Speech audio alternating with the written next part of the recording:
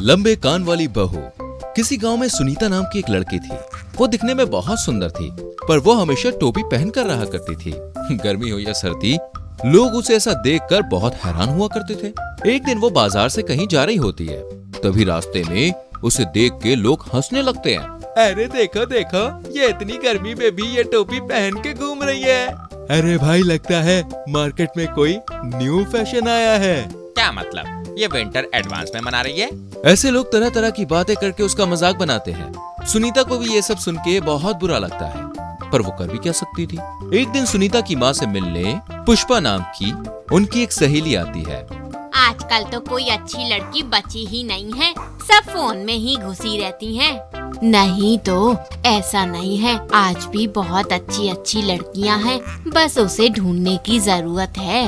वो लोग आपस में बातें कर रही होती हैं कि तभी वहाँ सुनीता चाय और पकौड़े लेके आती है। ये लीजिए आप लोग, नाश्ता कर लीजिए। अरे वाह, ये कौन है? अरे मैं तो इससे मिलवाना ही भूल गई। ये मेरी बेटी सुनीता है। कल ही इसके कॉलेज की पढ़ाई खत्म हुई है, तो अब ये घर आई है। अच्छा, ये तो बहुत संस्कारी लगती है। संस्कारी के साथ साथ ये अच्छा खाना भी बना लेती है। सबूत के तौर पर पकौड़े ही खा लीजिए। उसके बाद पुष्पा चाय और पकौड़ा टेस्ट करती है और खुशी से झूम उठती है। अरे वाह वाह वाह, ऐसी चाय और पकौड़े तो मैं भी ना बना पाऊँ। ये तो साक्षात अन्नपूर्णा है। पर मैंने एक बात देखी है, ये गर्मी के दिनों में भी टोपी क्यों पहनी हुई है? इतना सुन के सुनीता को डर से पसीना आने लगता है। फिर उसकी माँ बात को दबाते हुए बोलती है, वो ये बाहर से आई है तो गाँव की हवा लग गई है, तो थोड़ा सा बुखार हो गया है। हाँ, बात तो सही है। वैसे मुझे आपकी बेटी बहुत पसंद आई।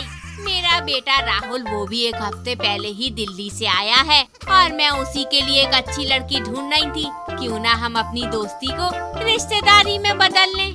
अरे आपने तो दिल की बात बोल दी, तो बस हो गया फैसला। अगले हफ्ते ही इन दोनों की शादी करा देते हैं। फिर सुनीता की शादी राहुल से बड़े धूमधाम से की जाती है।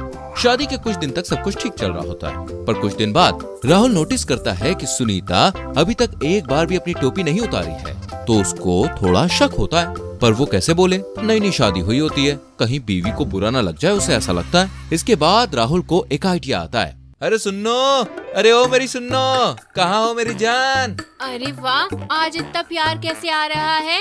आज मैं तो तुमसे बचपन से प्यार करता आ रहा हूँ मेरी जान। पर हमारी शादी तो एक हफ्ते पहले ही हुई है। अरे फीलिंग्स को समझो ना, वर्ड्स पर क्यों जाती हो? अरे ये देखो, मैं तुम्हारे लिए गजरा लेके आया हूँ। सुनीता गजरा देखते ही डर जाती है। अरे तुम्हारे चेहरे का ये रंग कैसे बदल गया? अभी तो होली भी नहीं आई है। कुछ नहीं, थोड़ी ठंड सी लग रही है, एसी की वजह से है, पर हमारे घर में तो एसी है ही नहीं। वो लगता है पड़ोसी के घर से हवा आ रही है। अरे पड़ोसी 1 महीने से गाँव गया हुआ है। अब झूठ मत बोलो। चलो चलो टोपी उतारो, मुझे गजरा लगाना है। सुनीता के लाख मना करने के बाद भी राहुल टोपी उतार ही देता है, और टोपी उतरते ही राहुल झटके से पीछे गिर जाता है। अरे बचाओ बचाओ बचाओ, हाथी आ गया। कहाँ है हाथी? अरे तुम ही तो हाथी, इतने बड़े और लंबे लंबे कान एक हाथी के ही हो सकते हैं। मुझे माफ कर दो, इसमें मेरी कोई गलती नहीं है, मैं बचपन से ही ऐसी हूँ। अरे चली जाओ मेरे घर से, मुझे ऐसी बीवी नहीं चाहिए।